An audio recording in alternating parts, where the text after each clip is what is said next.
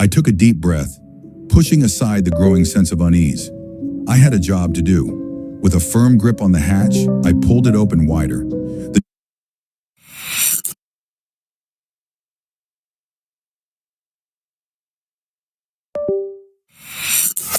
I took a deep breath, pushing aside the growing sense of unease. I had a job to do. With a firm grip on the hatch, I pulled it open wider. The door creaked, sending a shudder through the water. Inside, it was even darker. The dim light of my flashlight barely penetrated the murky depths of the station. The air was thick and heavy, with the smell of decay, salt, and something that reminded me of damp earth. The silence was oppressive, like the ocean itself was holding its breath. I swam in, my heart pounding. My flashlight swept across the room. There was old research equipment, papers scattered about, and abandoned tools left in disarray. But what struck me the most was the wall at the far end of the room. It was covered in strange markings, scratches, gouges, symbols I'd never seen before.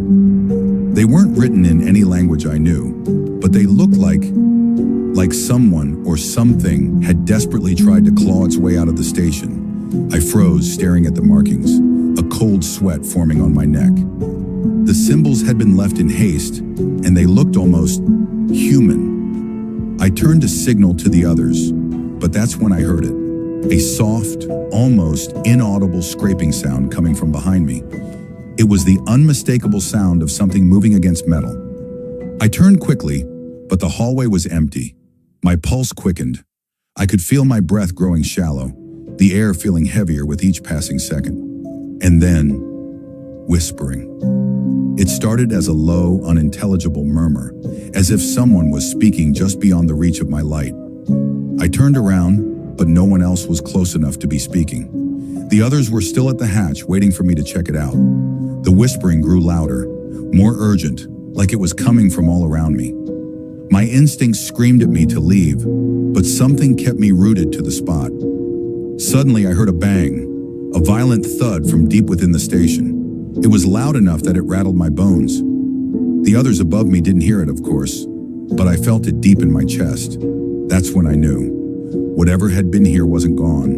Whatever had caused those marks on the walls, those desperate, frantic marks, was still here. My light flickered again, and this time, it went out completely. I was plunged into darkness. My heart pounded in my ears as I fumbled to turn it back on, my hands shaking. The whispering was now a chorus, a cacophony of voices, low and guttural, that seemed to come from within the walls themselves. It was as if the very structure of the station was alive with something ancient, something that didn't belong in the ocean.